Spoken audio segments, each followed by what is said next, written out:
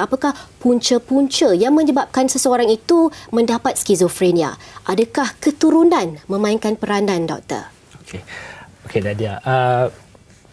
Pada kebanyakan penyakit psikiatrik ni, dia tidak ada satu punca. Dia banyak punca, apa yang kita panggil multifaktorial lah. Okey, tapi untuk skizofrenia tidak kita nafikan. Kalau berdasarkan kajian-kajian yang dijalankan, memang ada faktor genetik atau kita panggil keturunan lah memainkan peranan dalam munculnya penyakit ni pada seseorang individu itu.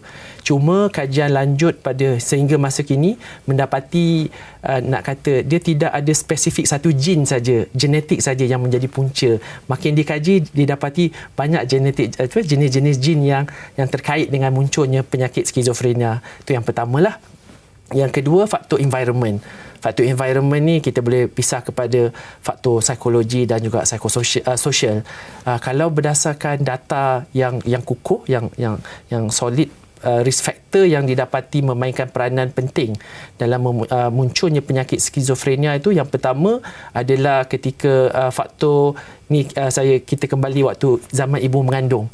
Jadi ibu yang ketika dia mengandungkan anak dia tu mengalami masalah seperti malnourish atau kurang nutrisi, didapati juga bayi yang mengalami malnourishment ketika mengandung ni, risiko diorang untuk develop skizofrenia agak tinggi banding populasi yang tidak mengalami masalah yang sebeginilah.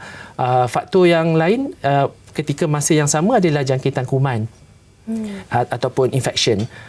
Jadi data juga menunjukkan kalau terjadinya jangkitan kuman, virus atau bakteria ketika fasa mengandung ataupun sejurus selepas dilahirkan, ini pun kalau dipercayai jangkitan kuman ni mungkin boleh menyebabkan overactivation of immune system yang akhirnya dia mengganggu tumbuh saraf yang sihat, yang menyebabkan skizofrenia muncul pada bila usia dia dah mendewasa macam tu. Itu.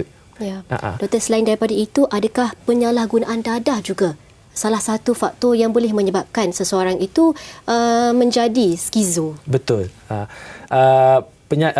Penyalahgunaan dadah juga telah didapatilah boleh menjadi faktor risiko munculnya penyakit skizofrenia, iaitu kebanyakan dari dadah jenis cannabis atau kita panggil ganja, dan juga yang dadah yang banyak juga digunakan oleh individu zaman sekarang, itu amfetamin dan methamphetamine. Dadah-dadah jenis ni didapati kalau diambil pada usia awal atau masih muda, kalau penggunaannya berterusan dan kita percayai setiap kali individu tu menyalahkan guna dadah, impak buruk dadah tu akan merosakkan saraf otak, dan akhirnya bila kerosakan tu menjadi permanent ataupun kekal, itulah di mana kalau individu tu mungkin pada peringkat awal bila dia di bawah pengaruh dadah, dia mengalami gangguan halusinasi.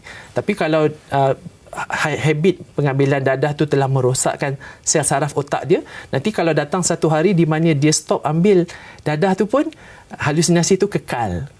Jadi kalau terjadi yang sebegitu, kita akan mendiagnose pesakit itu dia telah mengalami, kemungkinan besar dia telah mengalami penyakit skizofrenia.